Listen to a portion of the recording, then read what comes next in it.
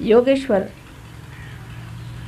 ऐसे थे कि उन्होंने 16,000 पत्नियां कर ली और उसके बाद और 5 पत्नियां कर। लोग कहेंगे वाह भाई क्या योगेश्वर थे, इधर 16,000 पत्नियां कर ली और ऊपर से और 5 पत्नियां कर ली। ऐसे योगेश्वर से भगवान बचाए रखे। ऐसे तो हम भी करते फिरेंगे तो आप वाजिद अली शाह को क्यों बुरा कहते हैं?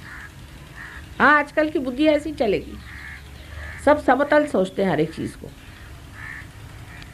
वो 16,000 उनकी शक्तियां हैं। वो एक पुरुष थे, हम तो माँ हैं, हमें कोई कुछ कह नहीं सकता।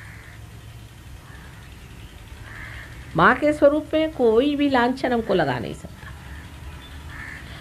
वो पुरुष थे, 16,000 शक्तियां वो लाते कहाँ से संसार में? आप मेरे बेटे हैं, कभी मेरे पैर दबाते हैं, कभी मेरा सर दबाते हैं, मेरे पैर छूते हैं, माँ के पैर छू रहे, कोई लांछन नहीं लगा सकता मुझे। मैं तो माँ ही हूँ। और कोई कोई बेटे तो 108 साल के हैं मेरे, तो भी माँ हूँ।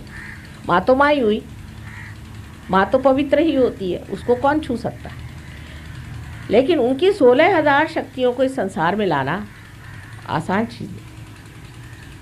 और उस वक़्त कोई ऐसे लोग भी नहीं थे तैयार जो सहयोगी होते कि जिनको खड़ा किया जाए।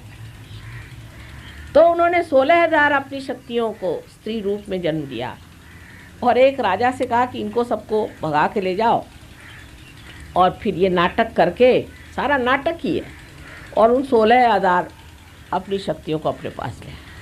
और 5 जो पत्नियां थीं वो पंचमहाभूत, उन पंचमहाभूतों को भी अपनी पत्नियां बना करके साथ। अब ये सूक्ष्म बात आपको सहयोग में समझ में आएगी। आप वाइब्रेशंस पे देखिए, मैं बात सच कह रही हूँ कि झूठ कह रही हूँ।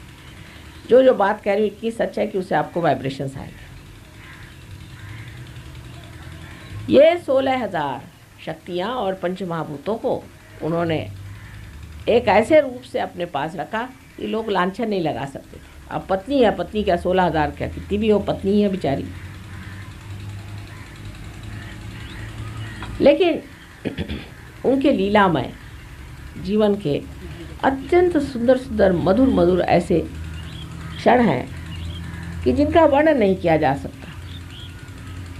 अब राधा जी, ये उनकी शक्ति। राधा, रा माने शक्ति, एनर्जी। रा, धा, जिसने धारणा की, जिसने शक्ति को धारणा की, वो राधा। और जब उसको लेकर के जब उन्होंने रास रचाई तो फिर वही रा स माने सहित शक्ति के